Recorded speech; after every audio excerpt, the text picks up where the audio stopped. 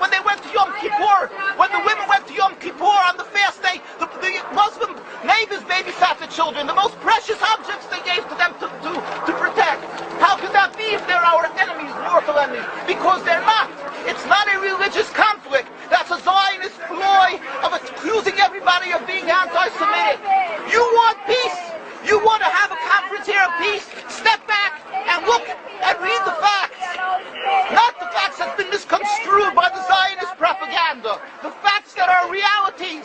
The facts on the ground. How we've been living for hundreds of years in Yemen, in Morocco, in Tunisia, in Palestine, in Egypt. What Arab land have not Jewish people been living together with Muslims without any human rights groups?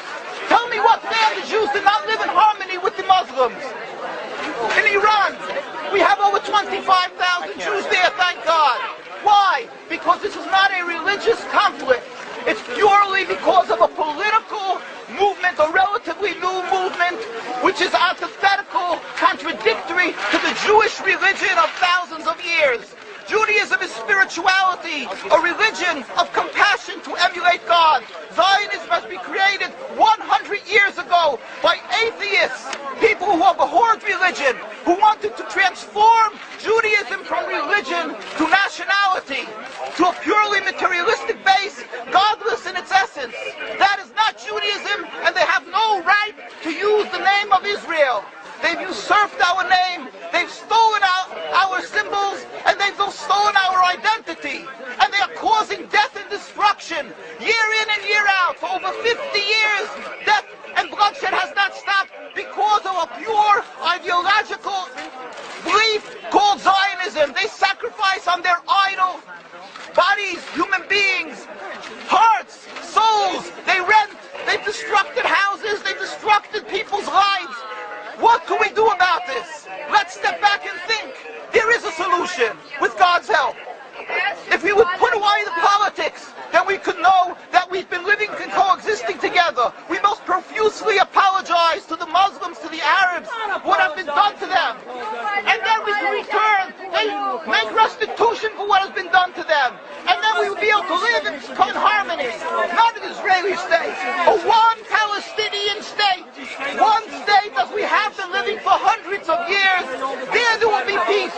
And you will see that this 50 years has been a nightmare, a mirage, and nothing to do. Pure fear-mongering, that's what Zionism does. It's panic, going into a theater and yelling, fire, fire, that's what Zionists do. We've been living with the Muslims. We've been living, yes, Ahmadinejad keeps on stating that he does not want to harm the Jews, but the Zionists keep on antagonizing him. Of course you don't, because you have an agenda. You want to further Zionism. You want enemies. You want enemies in order to be able to say you're protecting the Jews. We don't want enemies. We want to live in peace.